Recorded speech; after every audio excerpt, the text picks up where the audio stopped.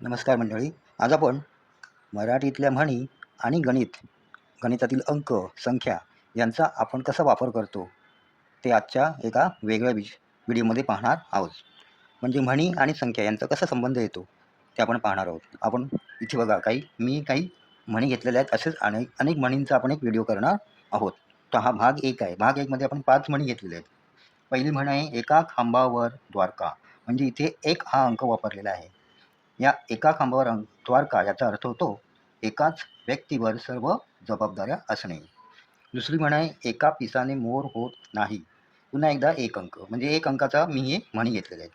या म्हणीचा अर्थ होतो थोड्याशा यशाने हुरळून जाणे. तिसरी म्हण आहे, एका माळेचे मणी. 1 अंक.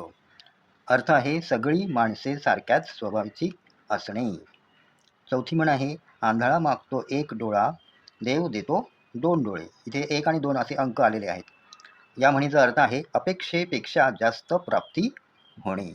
आणि 5वी म्हण आहे, एक कोल्हा 17 ठिकाणी व्याला. 1 आणि 17 असे 2 अंक आलेले आहेत. आणि या म्हणीचा अर्थ होतो एकाच व्यक्तीपासून अनेक ठिकाणी उपद्रव. अशा प्रकारे आपण काही म्हणींचा असा संग्रह करणार आहोत.